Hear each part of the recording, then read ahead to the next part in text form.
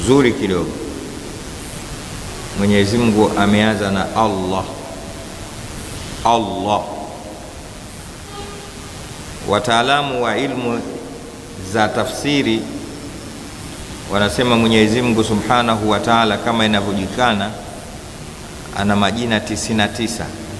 Walillahi al-asma'u al-husna fad'u biha. Majina yake 99. 99 isma. Hikma yake anaijua mwenyewe Mwenyezi Mungu Subhanahu wa Ta'ala, kwa nini majina yake kayafanya 99. Niwaambieni kitu kwanza, mtu yoyote mwenye kuhifadhi majina 99 ya Mwenyezi Mungu Subhanahu wa Ta'ala, kallama yadkhulu an-nar, ni uchache sana kuingia motoni. Yani kuyajua majina 99 ya Mungu kwa kichwa.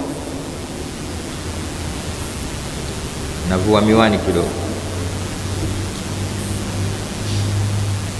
Jitahidini muhifadhi majina 99 ya Mungu kichwani, kama vile unavyohesabu 1 2 3 4 5. Tusemeni inshallah. Hifadhi kubwa sana, hifadhi. Na wanachuoni waliopita wamejitahidi kufanya kazi hiyo sana. Bahati mbaya katikati hapa limekuja wimbi baya, wanaifanya ile kazi iliyofanywa na wanachuoni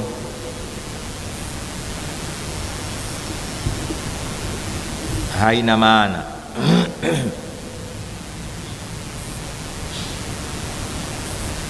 Kuna kitabu kinaitwa Tayyibul Asma au Takhmis, ni majina 99 ya Mwenyezi Mungu, ya la kwanza mpaka la 99.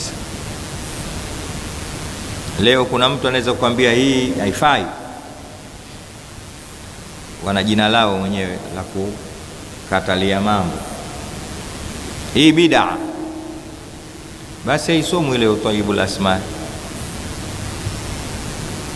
Lakini ni dua kubwa.